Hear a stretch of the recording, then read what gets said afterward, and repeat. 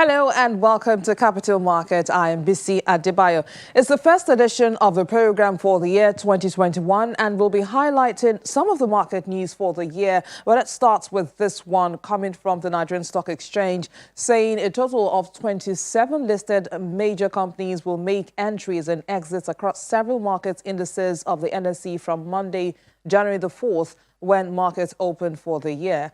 The exchange reveals the movement in the results of its annual full-year market index review for the 13 indices in order to allow investors follow market movements and properly manage investment portfolios. At the start of trading on Monday, Transnational Corporation will be making an entry into the NSE 30 index, while Julius Berger, Nigeria, will be exiting. For NSE Oil and Gas Index, Eternal PLC is listed to make an entry, while MRS Oil Nigeria will be making an exit. And then let's do a review of the numbers coming from the equities markets, which actually began 2020 on a good note and ended even on a better note, with the all-share index jumping 3.79%, and that increase brought the year-to-date return to 50%, making the NSE the best-performing index for the year. Activity level was lower during the week as there were only 3 trading sessions. Volume was at 1.8 billion shares, valued at 25.9 billion naira, traded in 14,600 deals. Sectoral performance was mixed, while banking and consumer goods declined. Industrial goods, insurance, and oil and gas posted gains for the week. Weekly gains were largely attributed to investors' interest in MTN Nigeria and cement giants. Towards the end of 2020, the Chief Executive Officer of the Nigerian Stock Exchange, Oscar Onyema, mentioned that the exchange was cautiously optimistic in its outlook for 2021. Mr. Onyema was speaking to a delegation from the House of Representatives Committee on Capital Markets and the Securities and Exchange Commission, said stronger collaboration between fiscal and monetary authorities is critical to enable growth-stimulating policies for the capital market. We are cautiously optimistic, and this optimism is supported by IMF numbers that forecast a 5.2% growth for the globe in 2021. Obviously, it's not going to be evenly distributed, given that the pandemic has had varying effects on varying countries. Nigeria, because we actually had a twin challenge, COVID and oil price shocks. So because we're reliant on oil prices, especially for our FX reserves, the dynamics of crude oil prices and production will continue to influence the capital markets and the larger economy. Stronger collaboration between fiscal and monetary authorities is therefore critical to helping us come up with growth-stimulating policies that would allow us to emerge out of recession and begin to grow the economy again. We believe that in doing that, that recovery is going to be led by investments in infrastructure, investments in people, investments in policies that will create such laws as the CAMA 2020 that we're all celebrating right now. And I must say, because we're a market, next slide, that we always look at both sides of the equation. So there are downside risks. So it's not a slam dunk that we're going to have growth in 2021. There are some risks. And obviously the biggest risk is, having a second wave, a third wave, as some countries are doing right now, of COVID. Because if that happens, if we don't manage it well, we'll go right back into recession. The next thing to worry about is oil prices.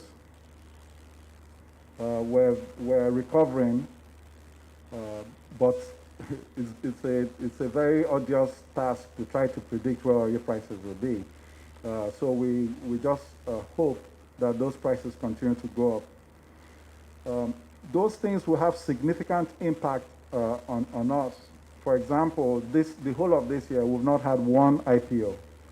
So it has really affected companies.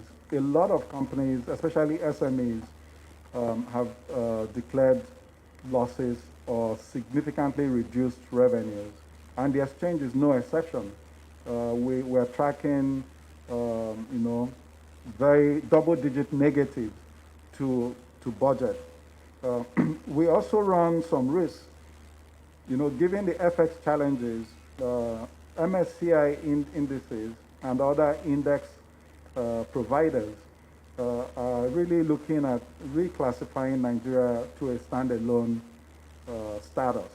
That will not be good for the country because that means additional pressures will come on to FX for money to leave the country and follow those indices. So we continue to engage with MSCI and other index providers, and we hope that the pressure on FX will ease a little bit so that we continue to stay in those indices. The last challenge is the earnings of listed companies. For some of the sectors, we've had very good reports. The banking sector, the telecom sector, agriculture, those are all areas where you've seen very strong results. But that has not been true for all the sectors, especially hospitality, transportation, and those types of sectors that have been deeply impacted by COVID-19. Next slide. So for you, and what is relevant to you, we really want to make a call to action that part of that recovery should be driven by legislative support and action. It is critical that the public and private sectors work together to foster a stronger financial system. Investors should also be kept in cognizance with the federal government's legislative and executive actions.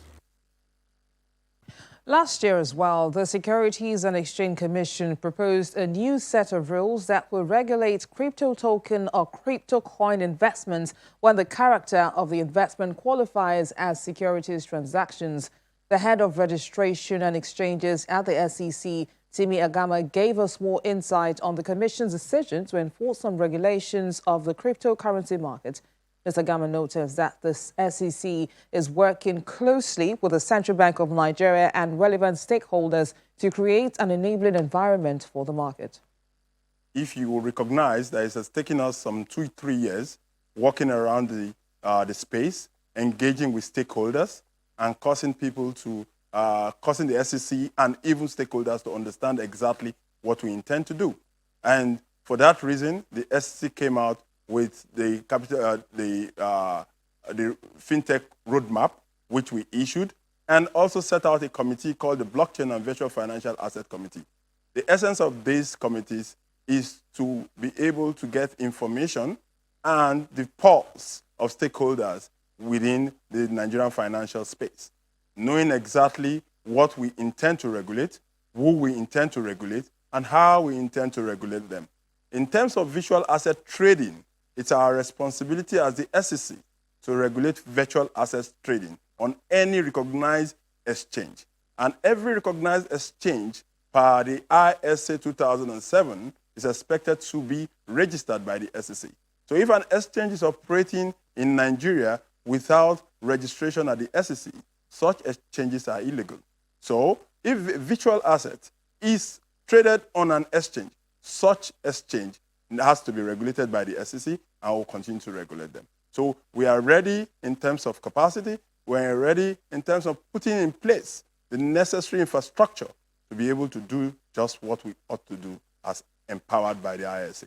There is protection, and there is an understanding of exactly what they ought to do, who they ought to engage with, and who they ought to trade with at any point in time. We implore the media to, as much as possible, concentrate on the meat of the matter. If you read our statement, you will find out that we are not speaking particularly to cryptocurrencies. we are speaking to digital assets. And digital asset covers so many things. It covers ICO, it covers stable coins, and it covers every other item that falls within the space of being a security or a commodity as defined by the ISA. Another event that shaped the market during the year 2020 was the routine checkup with market stakeholders. The chairman of the House Committee on Capital Markets and the Director General of the SEC were at the Lagos Commodities and Futures Exchange to see the challenges and the progress made so far at the exchange. The Managing Director of the Lagos Commodities and Futures Exchange, Akin Akeredoluwale, explained that if the commodities market is harnessed properly, Nigeria can achieve double-digit growth in gross domestic products. The chairman of the House Committee and the Director General of the SEC also made commitments to support the growth and development of the commodities market in the country. We have taken about 4 major aspects of solid minerals, particularly gold. And we are very happy that the federal government is focusing on gold. The CBN is focusing on gold. And everybody knows that sooner or later, if we work hard on it, gold will become the reserve currency for Nigeria, whereby we'll have our own gold within Nigeria, and we'll store it as gold in Nigeria, and it will have value when refined in Nigeria. Nigeria is a resourceful country, and we have a very young, vibrant population. And particularly, we spoke with the Minister for Solid Minerals. In excess, on an annual basis, of $5 billion are things that we can harvest, and that is a very, very small amount compared to the distribution of solid minerals that we have in Nigeria, and crude oil. Now, when we mention crude oil, one of the things that we're going to be asking for is that we should be able to trade our crude oil within this country. It's very, very important, because that crude oil that's been traded outside the country is building up another ecosystem entirely. The float that is involved in that particular trade builds up another ecosystem in Switzerland and other places. I hope that the Commission, in conjunction with the legislators, will be able to find a way whereby, even if it's 10% of whatever we're trading on, producing about 1.8 million barrels per day, 180,000 is traded, and Nigerians can trade on it there. Now, in the next 5 years, we look at a situation whereby, if the commodities ecosystem is harnessed properly, we can use it to move our GDP from single digits to a double digit. We've had, we're moving into a recession. We were at about $525 billion about 3 or 4 years ago. We're now at $250 billion, probably $350 next year.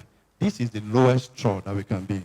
If we harness our resources, mineral resources together, agriculture together, there's no reason why Nigeria should be under $1 trillion economy.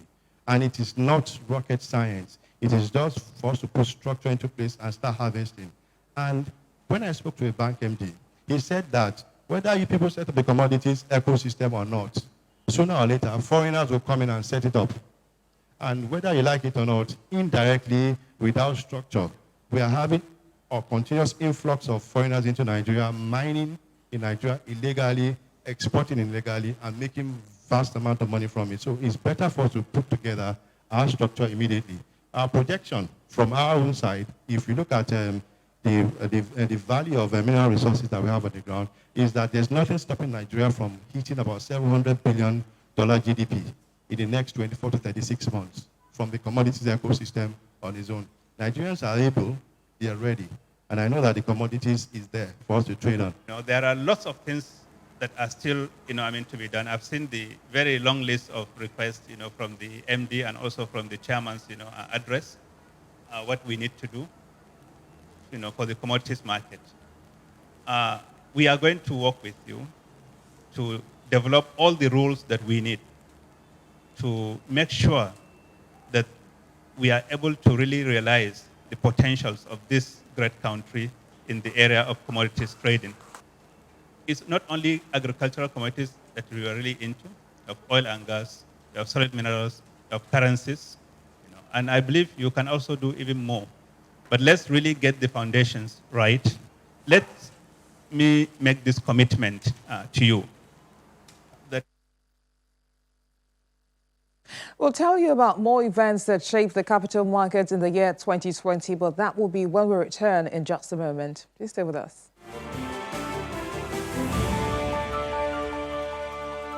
Welcome back. In the year 2020, the federal government issued a check of 162 billion naira from the third sukuk offered for the construction of 44 critical road projects across the country.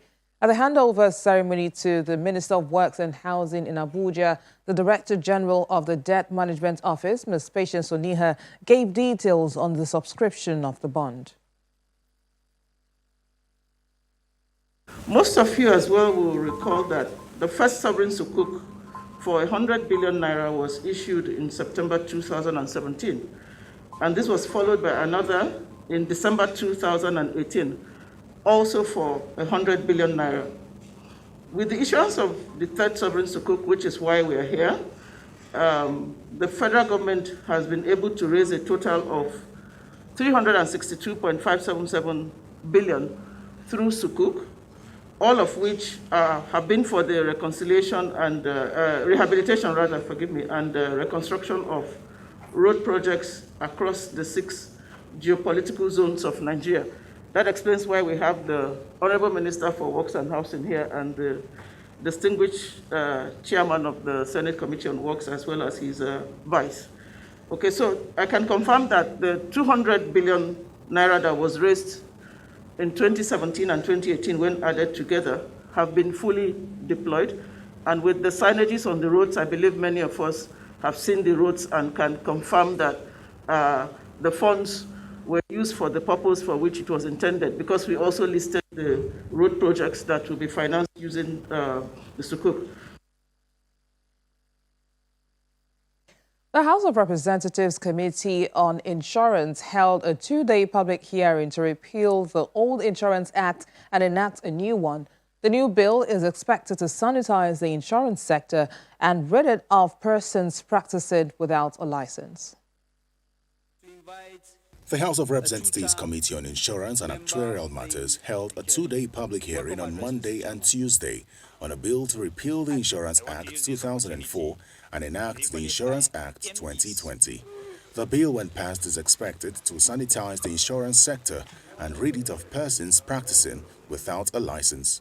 A robust insurance system is a necessary requirement for the efficient distribution and effective management of risk in a productive economy. Section 8 of Insurance Act 2003 seems grossly inefficient and indeed incapable of addressing the dispute settlement needs of the emerging insurance sector. Various submissions by stakeholders were made on observations and general comments on the legislative policy of the bill. We have redrafted the long title in our submission, in our memo. We've redrafted it because the long title of an act is supposed to show the basic thematic components of what the bill intends to do.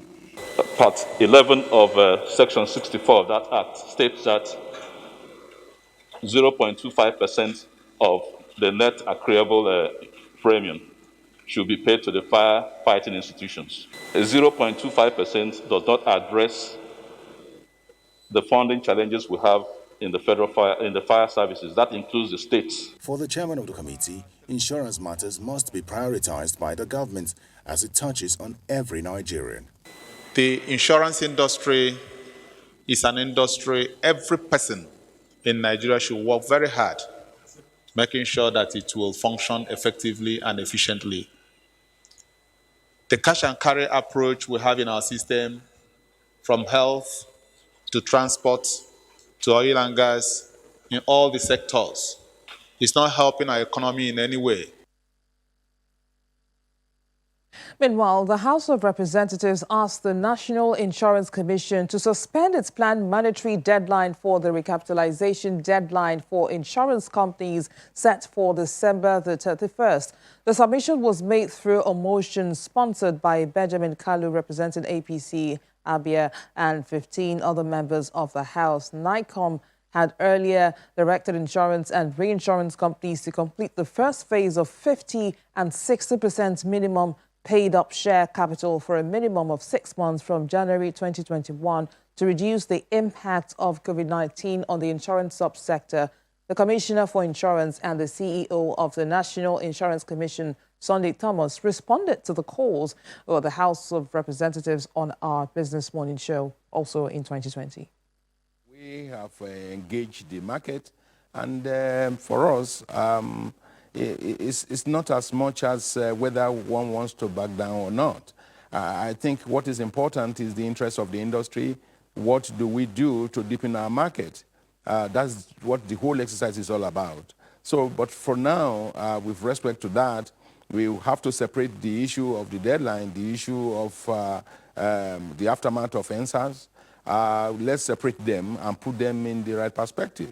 I believe that the entire recapitalization being mixed up with the issue of NSAS may not necessarily be an issue for consideration.